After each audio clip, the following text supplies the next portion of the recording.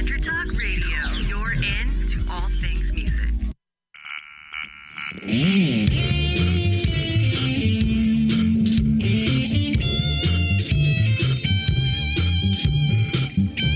Welcome to Music Gear Talk. Discover the tech that inspires the pros and powers today's music industry.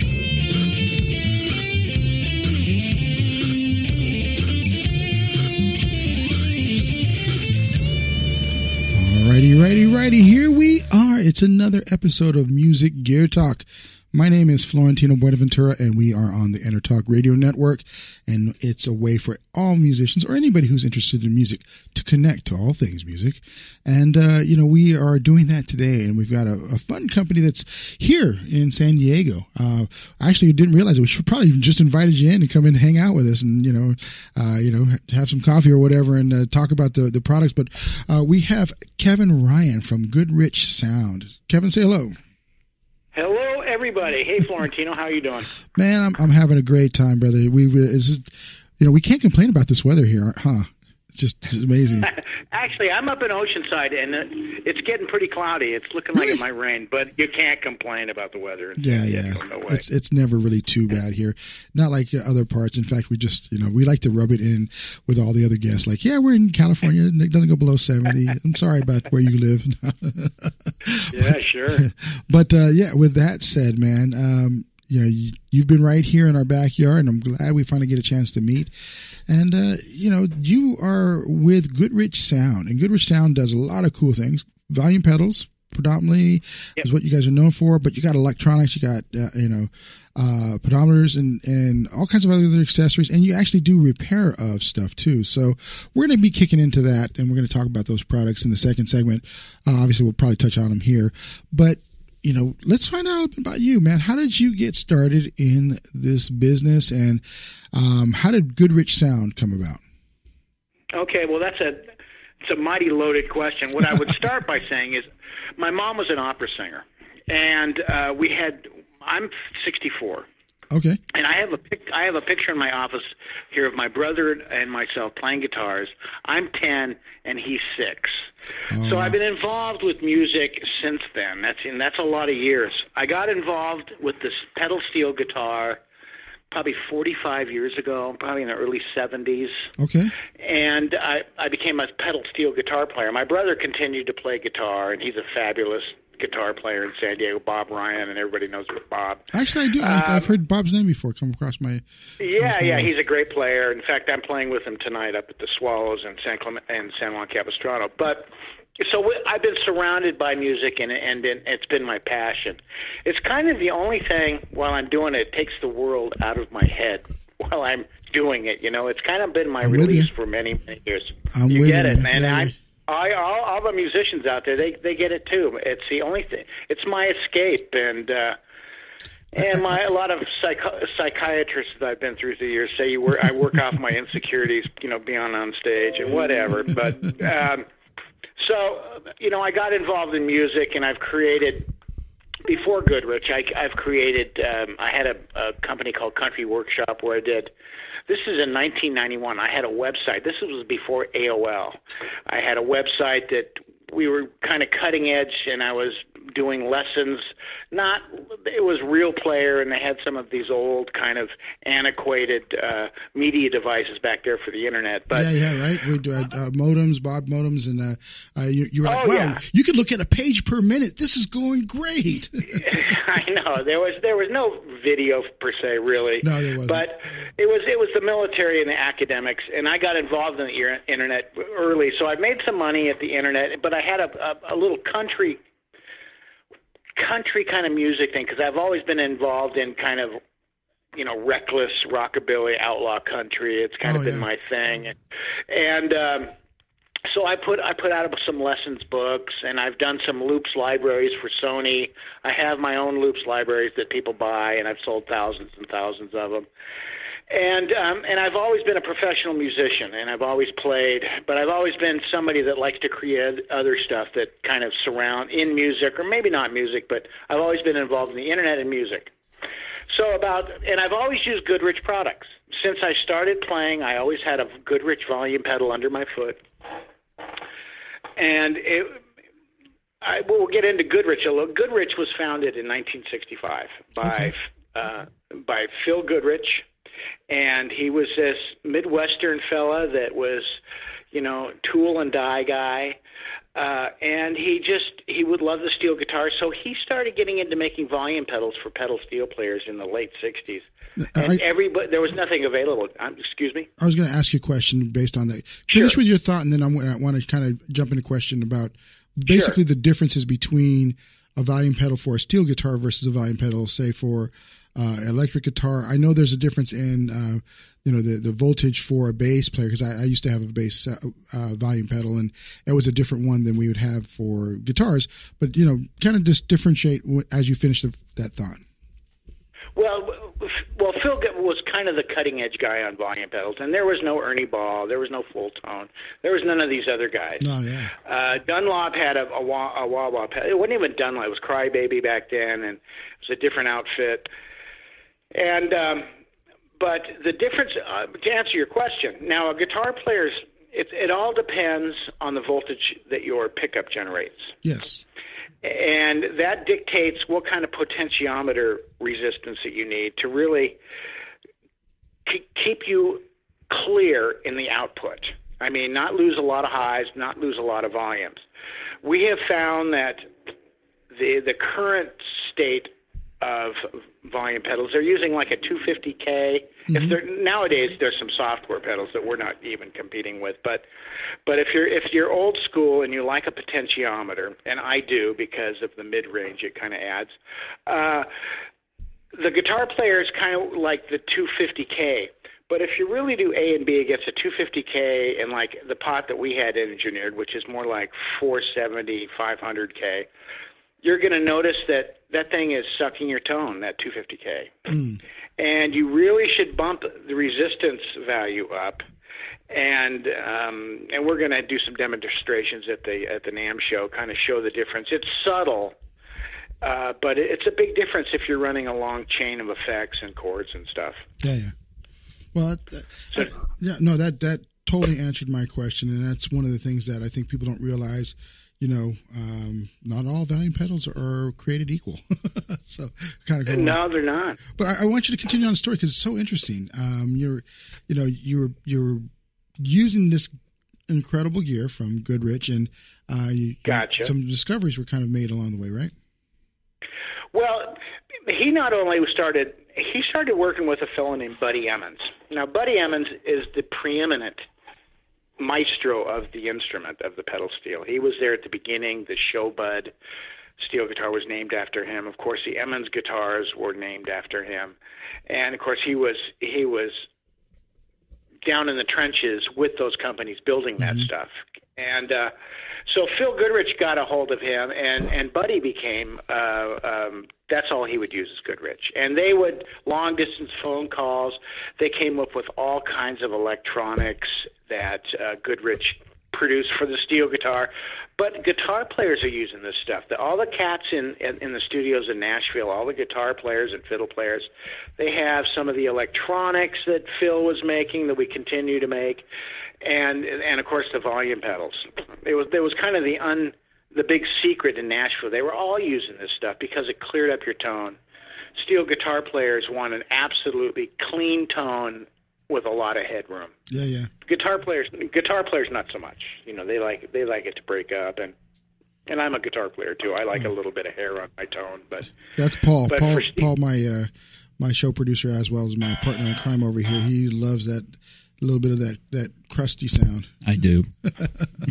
I don't blame you, and I like it too. I'm more of a telly guy, but I like it too. I actually named my son Lucas after Steve Lukather, so I got that side of me too. Yeah. Luke is an incredible player. At some point he's supposed to be on the network. I mean, I've talked to him a couple of times for our show Jackie's Groove, and I'll let you know when that happens. Every time we start to do something, he's always heading back out with Toto. There we go. I just drew a blank. It's on the tip of my tongue. So don't ever let him hear I this. I got to meet him a couple times. He's a fabulous, interesting guy and such a great player. Yeah. We did some stuff with the the Hired Gun movie. So we've been promoting that. We were promoting that. And okay. The new one where they're coming out with the Titans of Radio, which is kind of be part of that whole thing. And fantastic! He was in that movie, so keep your eye out for that one. Big shout out, Fran Strine. Still promoting the movie after all these, after it's been launched and on Netflix now. That's cool. That's cool, though. That's what you got to do, right? Yeah. So cool. So yeah, I mean, you've got these great players, and they're using this the gear, and like you said, it's starting to define the sound and cleaning up the sound. Where does it go from here? And how did you start adopting into this? I mean, you started using the gear, but where did the connection come in? Well, really what happened to a lot of people, and in the early 90s when AOL came out, you started getting these forums of different groups, whether it was dog sitters or, telly players or bass players. Yeah. And steel players did the same thing, and we all started sharing ideas, and as it turns out, 90% of the steel guitar players were all using the Goodrich family stuff. And so it's kind of gone from there. And what happened was Phil passed away, and his son and his partner took over the company. And they'd moved from Florida to Georgia and Wisconsin. They'd kind of been all over the place. And it was always kind of an out-of-the-garage brand. They never had a brick-and-mortar warehouse or any of that kind of stuff. They always kind of just... everything was whittled from metal pieces, and they were very, very, they were very careful on how they spent their money. But the brand was pretty big, and I don't think they realized it. They were not internet folks, and guys like Nils Lofgren and some of the other Pete Torn and some of these other cats were using the Goodrich stuff because it was so durable. It didn't affect their tone, and they liked the old school kind ofness of it. It's like playing a Fender. It's like playing some older stuff, and it's got some integrity to it. So Phil passed away about 15 years ago. His son took over the company, and his son Ollie, they just started getting so old. My partner and I, Jim Palanskar, who owns Steel Guitars of North County, he called me and says, "Kevin, they're going to close this company." And I said, well, let's meet. And we sat down and we said, we can't let this happen. We can't, because it's such a great brand, and they're not asking for a lot of money for their company. So we flew back there, checked out what they had. They really didn't have a lot. We kind of just bought the name. There was no schematics. And we flew back here. We rented a truck, went back there, picked everything up, and drove it out here to Oceanside, and just let's go, And I was in a place in my life where I wasn't working during the day anymore, and I've always been into electronics. I've always built effects and stuff, so this came real natural to me. Sounds like and it was a labor of love. Yeah, so that's kind of how we got to where we're at right now. Wow, that's a great story. We've got about a minute left, and sure. While we're doing that, let me go ahead and give a shout out to the URL. It's GoodrichSoundCompany.com, GoodrichSoundCompany. If there was any questions about how that was spelled, .com. Make sure you go out and check the stuff out. We've been talking with Kevin from Goodrich Sound and how he acquired this incredible brand that's been around, this iconic brand, I should say. And we're going to be making sure that people know more. We're going to jump into the next segment, and we're going to talk a bit about the products. And I'm going to bring Paul on with this one, as he's a guitar player and he loves talking tech, and we'll definitely going to go through with that. And before we do that, as we always like to do, we like to pay a few bills. First off, I'd like to say, hey, make sure you go check out Pitbull Audio at pitbullaudio.com. They are the leader when it comes down to pedals and all that good fun stuff that like you were talking about with Goodrich Sound. And then SIR at SIR-USA.com. So there it is. There's that bumper music going out. We'll be right back in a few short minutes. This is Music Gear Talk. My name is Florentino, talking with Kevin of Goodrich Sound. Stay tuned. Are you serious about your music? Are you ready to run with the big dogs? The experts at Pitbull Audio have the gear to get you into the game. From leading manufacturers like Mesa Boogie, Fender, Pioneer, and American Audio. To sound your best, you need the best. Pitbull Audio can deliver in rehearsal, on stage, and into the big time. Dropping beats, shredding guitar, or making the crowd roar. Whatever you dream, Pitbull Audio can help make it happen. We are Pitbull Audio. We want you to play it loud. PitbullAudio.com. This is Jackie Bertoni from Jackie's Groove. Come join me weekly on my journey through the music business as I take you behind the velvet rope, interviewing industry notables such as Al Di Meola, Michael McDonald, and Al Jarreau, to name but a few. Listen to their stories on being in the studios recording #1 hits and onto the stages throughout the globe. Allow me to be your music historian. You can hear me live every Monday at 2 p.m. and every Wednesday at 12 noon Pacific Standard Time or 24/7 on jackiesgroove.com. Ready to get your groove on? Hi, I'm Tim Dolbear, the host of Sound Experience on Intertalk Radio. Each week, I talk with top professional audio engineers, producers, musicians, and the manufacturers that make the tools that we use in the studio each and every day. From capturing the perfect take to mastering your final release, and the tools and how the pros use them, we are going to dive deep into their process and learn from their experience. I look forward to you joining us each week on Sound Experience with me, your host, Tim Dolbear. Make this your vinyl night. I'm John J.R. Robinson, and every week, music creation comes alive through stories, experiences, and sounds when vinyl records filled our hearts and minds. My friends and I share our tips and techniques used in creation of iconic tracks for recording artists such as Michael Jackson, Eric Clapton, Quincy Jones, and Steve Winwood, to name a few. Vinyl has emerged hot, and the soul of vinyl defines art and passion which burns deepest at night.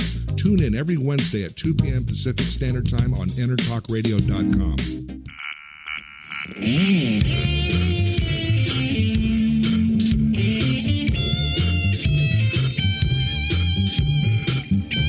Welcome to Music Gear Talk.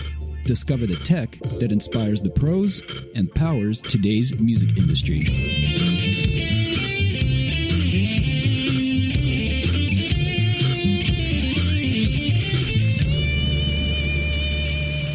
All right, that end of that sound says we are back into the next segment of Music Gear Talk on Intertalk Radio, the leader in all things music. Oh, I just switched up our tagline. Do you get that, Paul? You get that? I just changed taglines of like the. I can't keep up with you, man. Do I have to change the website now? Yeah, you do. Paul manages. He runs our website too, so you know he's a man of many hats. Literally, he's got a Sabian hat on right now. Big shout out to our folks at Sabian with Andy Zildjian and all those guys. We did a big live broadcast with them last night, and it was pretty dang awesome. We had him in the studio, so we're gonna. A little shout out for those folks. And we are talking with Kevin Ryan of Goodrich Sound, and he's told an amazing story of how he became a big fan of a brand and then eventually brought it home to him here in the San Diego area, Oceanside to be specific. So we just kind of left off there where you got the brand, you basically packed it up like you were the Beverly Hillbillies, put it all in the car and brought it over here to the land of milk and honey in San Diego. How is that move been, and how's that transition been for you from what you were doing now into this new venture? Well, that's a great question. Well, first you got to imagine we're backing up a Penske, fully loaded, 18 feet of just boxes of junk into a 1,500 square feet, and we just started offloading it. And it's been a process.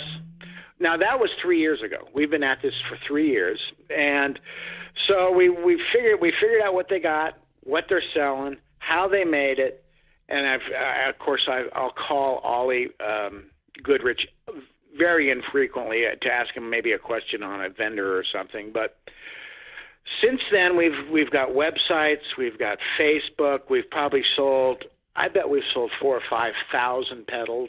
Wow, that is awesome. Yeah, and I have my son Lucas working here, so he's learned how to build all the electronics. They offer a couple different electronics right now, and we are in design on another one, but they're actually matching impedance matchers and line drivers. They have one of their legacy pedals, their H10K, has a circuit built in it, so you have to add a battery to this pedal. But it really cleans up the sound. Through the whole throw of that pedal, you're getting a nice, clear, no loss, high sound from it, and it's a great pedal. And one of the funny things about Phil Goodrich is that he designed this, probably the circuit for this, probably in '71 that he came up with. And one of my partners, he's just a kind of a vendor, but he's become a good friend. He's an electrical engineer, and he was one of the head designers at Alesis. He did all the MIDI Verb 3s. Those were his designs. Yeah, he came over and he looked at the circuit and he goes, "That is so subtly sophisticated in a simple package. I can't believe it." So we included that in the new product that we can talk about in a little bit here, our Omni pedal. Awesome. But Phil was really ahead of his time in a lot of ways on these products. They're durable, they work perfect, and their customer is always right. If somebody's got a problem, just send it to me, I'll fix it. No questions. Well, you also do repairs as well. So as you mentioned it, like the H10K, and let's jump into some of those products. You've got a L10K, you got an H10K. What would be the differences between those two? And they were simple folks. So L meant low, and the H meant high. So one has a lower profile than the other. Oh, physically lower, not actually electronics, but just the actual physical, dimensions of this lower. Okay. There's, it's so funny when somebody's using a volume pedal and they take so many things for granted. There's kind of a sweet spot in the throw of a volume pedal, and it's just a couple of degrees, but you kind of live there. And that sweet spot's a little different on the high one and the low one. Yeah. And so somebody that goes to a high one's been using a low one for 5 or 6 years, they go, "Oh, this is weird." But it's funny how you get used to it. Yeah. Well, I know that Paul is a big. He uses volume pedals, wall pedals, and all that fun stuff. He had one that was like a half-size pedal, and he used to complain about that. Paul, well, this was an oddball pedal. You're probably familiar with it. It was an old DoD FX17 wah volume. Sure, I'm totally familiar. It is such an oddball piece of gear. Well, Dunlop has a mini little volume pedal. It's for real estate on a pedal board. That doesn't take up much room. Well, the weird thing about this one is to activate it, you had to hit the back of it rather than the front. So it was weird, but it was kind of cool. It was reversed. It was reversed. It was and I could never really quite get used to it. Gotcha. What do you play? I don't have a volume anymore on my board. I mostly just a wah, just a crybaby. Gotcha. Mm-hmm. Gotcha. I had an Ernie Ball for a period of time too, and I kind of stopped using it because it was just taking up too much real estate. Right. Well, a lot of guitar players nowadays, and fiddle players too, and some of the other standing musicians that don't want to take their hands off their strings to change their volume.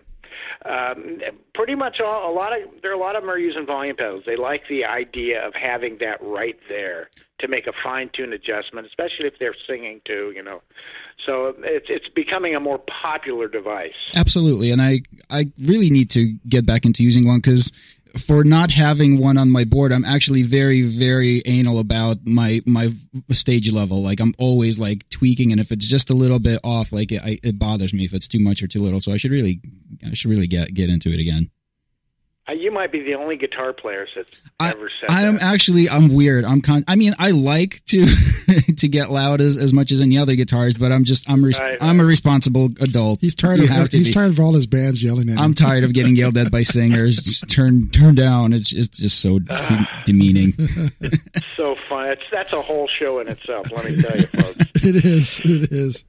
Yeah, we were talking about fights and how to wrap cable in a previous episode, where guys would get into brawls because they didn't wrap the cable right, and it was a new product that comes out on cable wrapping. But anyway, with that said, yeah. So you've got a few different pedals. Let's talk about who might. You're kind of alluding to that. We talked about that with Paul. There's like you said, physically, there's one that has a different throw than the L10K has a different throw than the H10K, and and then you've got a few other pedals, that you have that are the passive pedals, like the H120 and the L120. And then, of course, you've got the big dog that we'll talk about that in a minute. What are the differences? Well, they're all very similar. You remember, we're just turning volume from off to on to off. Yeah. So there's not a whole lot of nuances, but how it feels under your feet. One of the things that Phil pioneered early was the use of a. Now, if you think about the taper of a pot, there's a linear taper. That means it's equal all the way from the beginning of the turn all the way to the end of the turn. It's completely linear. We use what they call a logarithmic taper on our pots, or looks like a J if you were to plot out the taper on a piece of paper. Now, what that means is, as you from off to about 30%, you don't hear much change. You just a little bit of gain comes in, at about 30 to 45%, somewhere along there, you start hearing it come up. And then from 45% to 100%, you get all of your gain. So you get this no gain, no gain, no gain, all your gain. So that allows you to hold a note, hit a note on your guitar, and just slowly sustain it. Yeah. Keep that note from ringing out. That's one way guitar players use this thing. A lot of times it's just controlling their overall volume. But a lot of guys are using it to actually accent and accentuate some of their phrasing. Yeah. So it's actually become an effect, not just a tool. But in terms of the H10Ks and the H120s, they're essentially the same pedal, except one has an active circuit in it, and one is a passive circuit. And of course, passive means you don't have to add any electricity to it. It's just using the potentiometer as its tool to lower and raise the volume. Gotcha. Now, one of the things that some of the old boys really like about a passive pedal is, and I don't think they realize it, but my buddy Bruce Boughton, and he's the steel guitar player with Garth Brooks, and he's a big fan of ours and a good friend of ours. We had a great conversation one day, and he said, you know what I like? I like the mid-range that I get from my passive pot. I mean, there's a lot of pedals you can plug in that are pristine all the way through, and they're fancy-dancy, and they're software-loaded, and you can update the tapers and all kinds of stuff. But you lose that little mid-range bump. It's real subtle, and we've A-B'd this stuff, and it's real subtle. But my ear has gotten accustomed to it. Yeah. So it kind of likes it. But I've also I've switched over to our new pedal, which is either active or passive. It's either way, and I've kind of gone. I like the active circuit, and I've been using it exclusively now. So that was a good segue, because I was going to say we got about 2 minutes left in this show, and tell us a bit about this new Omni pedal. Okay, we're going to be at the NAMM show in booth 1947, and we're introducing our new pedal, and it's the Omni pedal. And what this pedal is, it's a different shape. It looks like a volume pedal, but it's pretty space age looking. But it's got 4 jacks on both sides. That means you can either, if you put it on your pedal board and you got to go one way with your input and another way with your output, or your tuner needs to go one way with a chord, and your input needs, you have a myriad of choices how to plug this thing on your pedal board. That's awesome. Is so handy. It also has a switch on it where you can be active or passive, which is really exclusive to us. I mean, you can either go old school passive, get that nice fat old sound that you've been used to, or you can get that active sound, which is a little cleaner sounding, a little more high-endy sounding, which I've started to really love. You can plug this thing in. It comes with pedal mounts that'll mount to you, so it'll mount to your pedal board, and of course it'll have our great guarantee. Whatever, if it thing breaks, we'll fix it for you. And it's got DC power, or comes with a battery. Battery lasts about 500 to 1,000 hours, depending on how hard you use it. So it's really a fabulous pedal, and that's what that's what we're going to have at the NAMM show this year. We're really excited. We're excited for you, man. That is awesome. Yeah, it looks wonderful. And I know that when I did rock pedals as a bass player, I did for a short time, and I just got tired of taking the board around with me. So I just I went direct. I would. I'm telling you, there's something wrong with a bass player and a pedal board. I don't know what it is. I can't put my finger on it. They've always said there was nothing right about me. Don't ask Paul. No pedal boards, no picks. You're not allowed to have anything. Yeah. Just do your job. No toys for you. One finger at a time, right? So yeah, that's so but I had an Ernie Ball volume pedal on there too, because I did like to at some point adjust, and I didn't want to have to always go back and forth between my amp or anything like that. But I want everybody to check out GoodrichSoundCompany.com. Go see them at the NAMM show. Again, what was the booth? It's 1947. 1947. Downstairs. Very cool. And, we're going to definitely be looking for you over there, Kevin, and we appreciate your time. 30 seconds. What's your Facebook and Twitter and all that fun stuff? Well, goodness. Well, just type in Goodrich Sound, or you can type in Kevin Ryan, and you can get what I'm doing, where all the places that I'm playing. Oh, yeah. But Goodrich Sound, just type that in, and you'll find our Facebook page. And at the NAMM show, we're going to have Pete Anderson from Dwight Yoakam. We're going to have J.D. Menace from the Desert Rose Band and all these great bands. We're going to have Dean Parks is going to be there. Oh, Dean. We're going to have that's a good friend. We've had him on the show. Dean's going to be there. Yeah, he's fantastic. He plays one of our pedals. Yeah, he's a amazing. big fan. Well, hey there, music kicking in. Hey, Kevin, thank you very much for joining us. This has been Music Gear Talk on Talk Radio. Take care. You know what's all around you every waking moment of your life? Marketing. You're choking on it. I'm Scott Robertson, and when it comes to strategic PR, branding, and marketing, I've seen it all. And actually, I'm still seeing it because bad marketing never sleeps. Join me each week on May the Best Brand Win, right here on Intertalk Radio, and learn how to make the marketing for your brand unforgettable. Hi, this is Tim Dolbear from Eclectica Studios. I'm a full-time mixing and recording engineer. I work with Grammy winners, labels, and indie artists, using state-of-the-art digital mixing and restoration tools and the very best in analog gear. Really, though, it's my ability to bring tracks to life and fulfill your vision for your music. This has made me sought after by producers and artists worldwide. So spend your time working on music and not chasing a mix down a rabbit hole.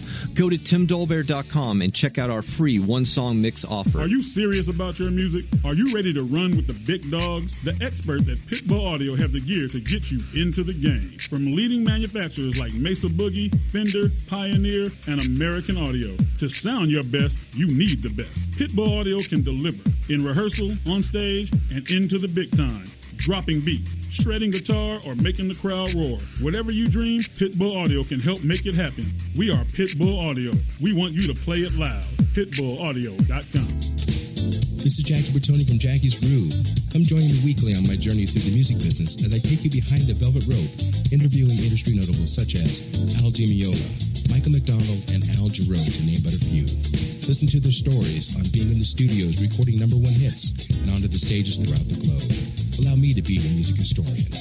You can hear me live every Monday at 2 p.m. and every Wednesday at 12 noon Pacific Standard Time or 24/7 on jackiesgroove.com. Ready to get your groove on?